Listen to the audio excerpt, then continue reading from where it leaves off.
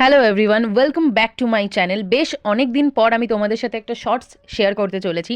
স্ক্রিনে যাকে দেখতে পাচ্ছ সে হলো আমার ভাই, মানে আমার জেঠুর ছেলে। ওর বার্থডে ছিল 12th জানুয়ারি। ও কিন্তু একজন ফ্যাশন ডিজাইনার।